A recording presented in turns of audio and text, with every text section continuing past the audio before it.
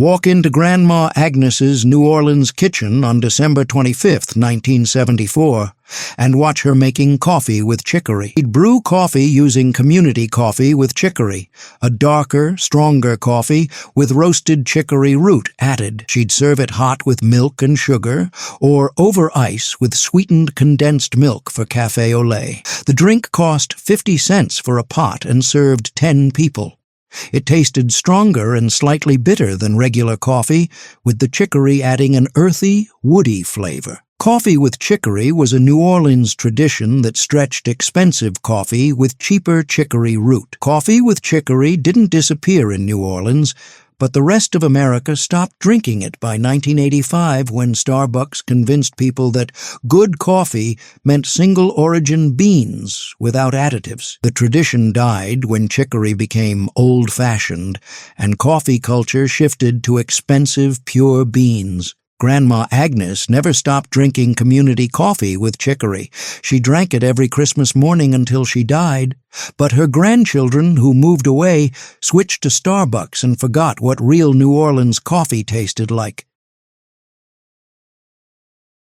Walk into Grandpa Bill's New Orleans, Louisiana kitchen on December 24th, 1975, and watch him making milk punch for Christmas Eve morning. He'd pull whole milk and heavy cream from the refrigerator, set them on the counter beside a bottle of bourbon, usually Old Forester or Early Times, nothing fancy. He'd measure milk, cream, bourbon, vanilla extract, and powdered sugar into the blender, added a full tray of ice cubes, capped the blender, hit the button. The machine roared to life, churning everything into thick, frothy, pale ivory liquid. When it stopped, he'd pour it into short glasses, juice glasses, not cocktail glasses, and grate fresh nutmeg over the top with a tiny grater.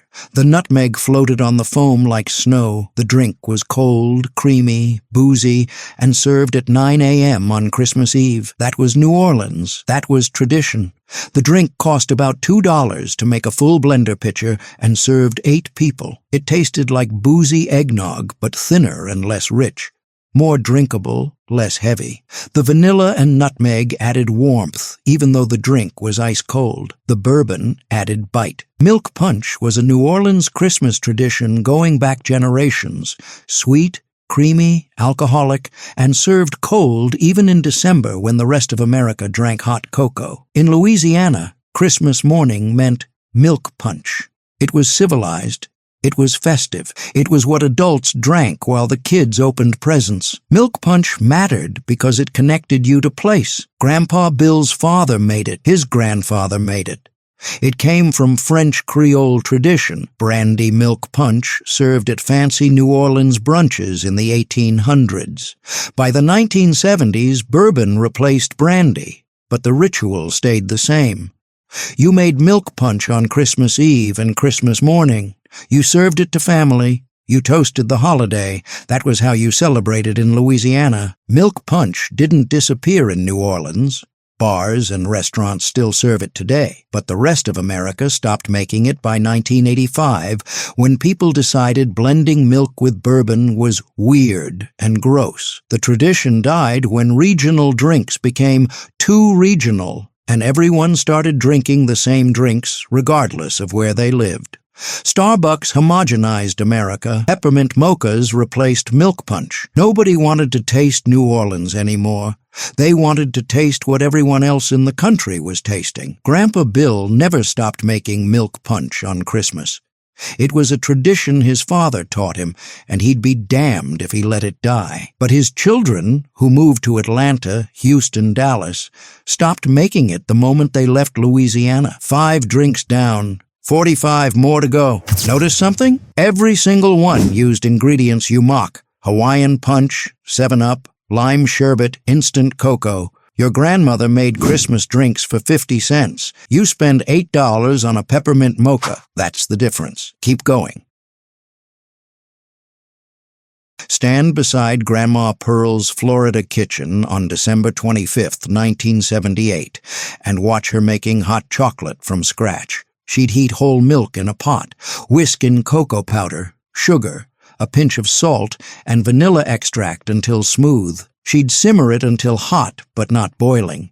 She'd serve it in mugs with marshmallows on top. The drink cost 50 cents to make a gallon and served 8 people. It tasted rich and deeply chocolate, not too sweet, with a silky texture from the whole milk. Homemade hot chocolate from scratch disappeared by 1985 when Swiss Miss packets became so convenient that nobody saw the point of making it from scratch. The tradition died when instant became the only version people knew, and homemade hot chocolate was forgotten. Walk into Grandma Edna's Pennsylvania kitchen on December 24, 1975, and watch her making pink party punch. She'd mix cranberry juice cocktail, canned pineapple juice, and ginger ale in a punch bowl. She'd add a frozen ice ring made from cranberry juice with frozen cranberries suspended in it. The drink cost $1 to make and served 12 people. It tasted tart from the cranberry, sweet from the pineapple, fizzy from the ginger ale. Pink Party Punch disappeared by 1984 when people decided mixing canned juices was too easy and started making complicated punches with fresh ingredients. The tradition died when simple became synonymous with cheap, and nobody wanted to serve anything that took less than an hour to make. Stand in Grandpa Bill's Ohio kitchen on December 25, 1974, and watch him making chocolate milk for the kids. He'd squeeze Hershey's chocolate syrup into tall glasses, add cold whole milk, and stir until the syrup dissolved. The drink cost 25 cents to make and served 6 kids. It tasted like pure chocolate milk, sweet, rich, exactly what kids wanted on Christmas morning. Chocolate milk made with Hershey's syrup didn't disappear entirely, but serving it on Christmas did. By 1985, people decided chocolate milk was too everyday and started serving fancy hot cocoa or flavored milks instead. The tradition died when Christmas became about impressing guests instead of making kids happy. Walk into Grandma Betty's Michigan kitchen on December 24, 1976, and watch her making Orange Julius copycat drinks. She'd blend frozen orange juice, concentrate, milk, water, sugar, vanilla extract, and a tray of ice cubes until frothy and smooth. The drink cost 75 cents to make and served 6 people. It tasted like Orange Julius from the mall, creamy, sweet, citrusy, cold. Orange Julius copycat drinks disappeared by 1985 when Orange Julius stores closed and younger generations forgot they ever existed. The tradition of making them at home died when blenders got shoved into cabinet backs and smoothies replaced homemade blended drinks. Stand beside Grandma May's Kentucky kitchen on December 25, 1977, and watch her making grape Kool-Aid. She'd mix 2 packets of grape Kool-Aid with 2 cups of sugar and a gallon of cold water in a punch bowl. She'd add a frozen ice ring to keep it cold. The drink cost 50 cents to make and served 12 people. It tasted sweet and grapey, bright purple like a crayon. Grape Kool-Aid in a punch bowl disappeared by 1984 when people decided serving Kool-Aid at Christmas was too cheap and started making punches with real juice instead. The tradition died when working-class families started trying to hide where their food came from, and Kool-Aid became shameful instead of practical. 10 drinks gone, 40 left, every single one used shortcuts. Kool-Aid, Hershey's syrup, frozen concentrate. Your grandmother wasn't ashamed of convenience. She was smart. She made drinks that kids loved for 50 cents. You spend $10 on bottled drinks. That's the difference. Keep going. Walk into Grandma Sophia's Rhode Island kitchen on December 24, 1975, and watch her making coffee milk. She'd pour cold whole milk into glasses, then stir in Autocrat coffee syrup, a thick, dark syrup made from coffee and sugar. The drink cost 50 cents to make and served 6 people. It tasted like iced coffee, but sweeter and creamier, with a strong coffee flavor that kids somehow loved. Coffee milk didn't disappear in Rhode Island. It's still the official state drink. But the rest of America stopped making it by 1985 when coffee syrup stopped being sold outside New England. The tradition died when regional foods became too regional, and nobody remembered that coffee milk was once served at Christmas breakfast tables across immigrant neighborhoods. Walk into Grandma Betty's Lansing, Michigan kitchen on December 25, 1976, and watch her making instant coffee for Christmas morning. She'd fill the kettle with tap water, set it on the stove, wait for it to whistle. While it heated, she'd line up her coffee mugs on the counter, mismatched ceramic mugs collected from church fundraisers and gas station promotions. She'd spoon 1 heaping teaspoon of Folgers instant coffee crystals into each mug. When the kettle screamed, she'd pour boiling water over the crystals, stir until they dissolved into dark brown liquid, then add 2 spoonfuls of powdered coffee mate creamer and 1 spoonful of sugar. Stir again. The coffee turned caramel-colored and smelled like burnt nuts and fake vanilla. The drink was ready in 30 seconds. No brewing, no filters, no coffee grounds to throw away. Just crystals, water, powder, sugar. Done. The drink cost 25 cents per cup, way cheaper than ground coffee, which required filters and a percolator and wasted half the pot if you only wanted 1 cup. It tasted like weak coffee with a slightly artificial creamer flavor, not rich, not bold, not gourmet, but it was hot, caffeinated, and ready instantly. Instant coffee with powdered creamer was practical. You made exactly as much as you needed, no waste, no fuss, no waiting 20 minutes for a percolator to finish. That mattered on Christmas morning when 15 people needed coffee at different times and nobody wanted to babysit a coffee pot all day. Instant coffee with powdered creamer mattered because it was democratic. Grandma Betty made a cup for herself at 6 a.m. She made another cup for Grandpa at 7 a.m. She made cups for guests whenever they woke up. Everyone got fresh coffee made to order. It worked. It was efficient. It was kind. Instant coffee with powdered creamer didn't disappear entirely, but serving it on Christmas did. By 1985, Mr. Coffee drip machines took over American kitchens, and people decided instant coffee was cheap and low class. The tradition died when coffee became serious. Suddenly you needed fresh ground beans, paper filters, and 12 cup machines that brewed entire pots nobody finished.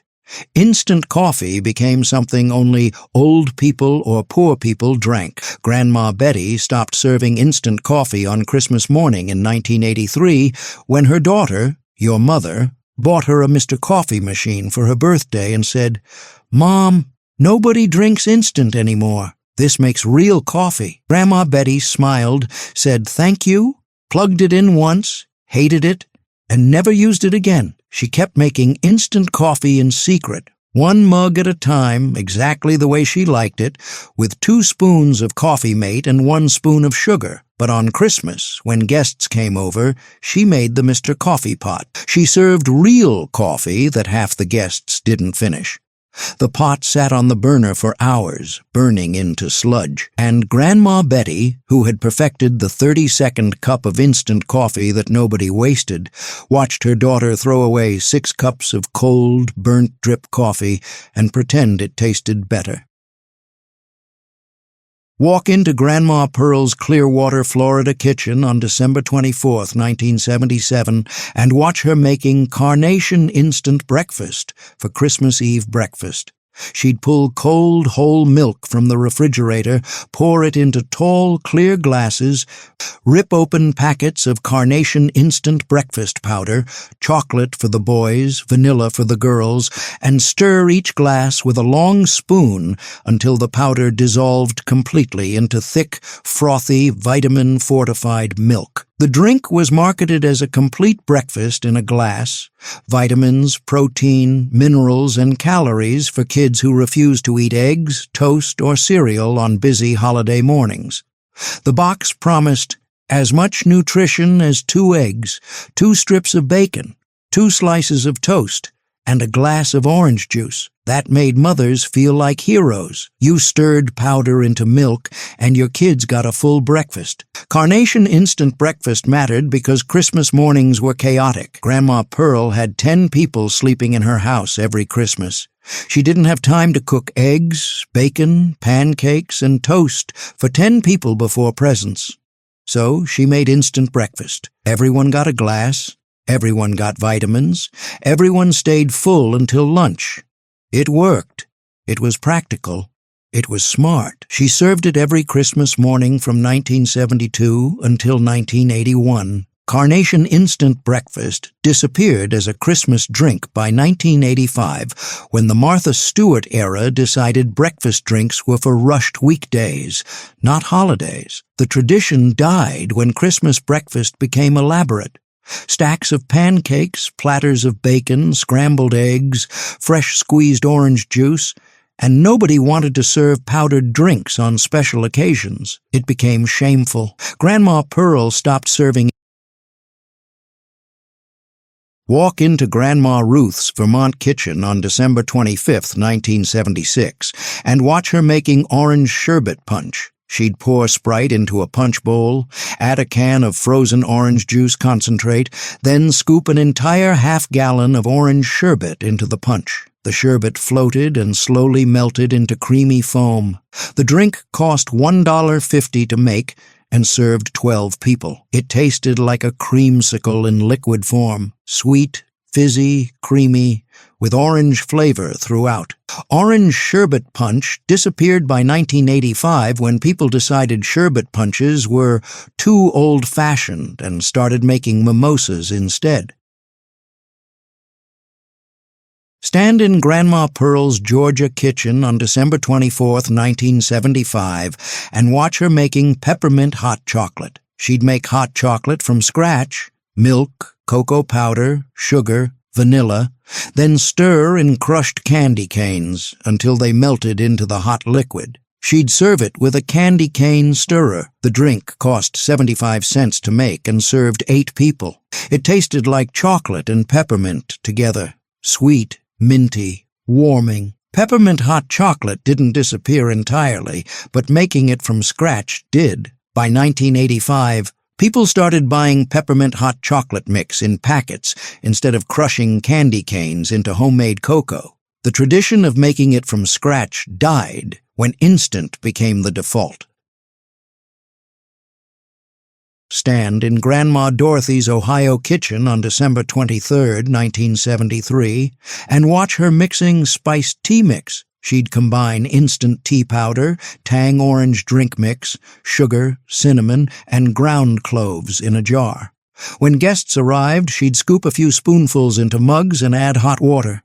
The drink cost $1 to make a jar that lasted all season.